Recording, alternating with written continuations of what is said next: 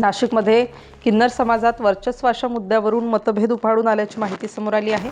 या पार्श्वभूमीवर वैष्णव किन्नर आखाड्याच्या पदाधिकाऱ्यांनी पत्रकार परिषद घेत आपली भूमिका स्पष्ट केली।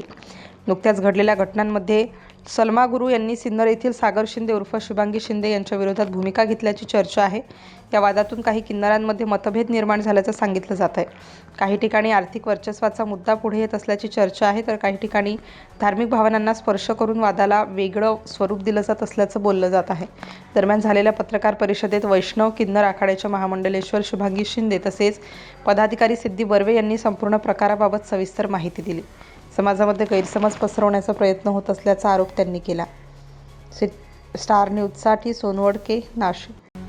तुमच्यावरती तुमच्याच जय श्रीराम, जय श्री महाकाल, जय भीम, जय शिवराय। मी शुभांगी शिंदे।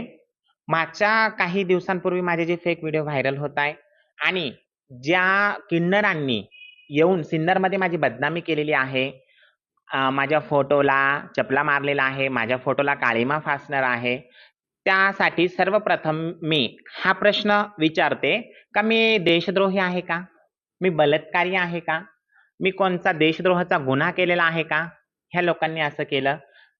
हे सगळे कोण आहे? सलीम उर्फ सलमाचे हे काय इशाऱ्यावर नाचणारे आहे हे लोक, बरोबर। ती जसे सांगल तसे हे लोक करतात आणि यासाठी मी असं पाऊल उचललेलं आहे, ज्यांनी ज्यांनी माझ्या फोटोवर, माझ्या प्रतिमेवरती सिन्नरमध्ये येऊन मला मारण्याचा प्रयत्न केला, पण मी त्यांना काही सापडले नाही, त्यांनी माझ्या फोटोवरती तो आक्रोश काढला।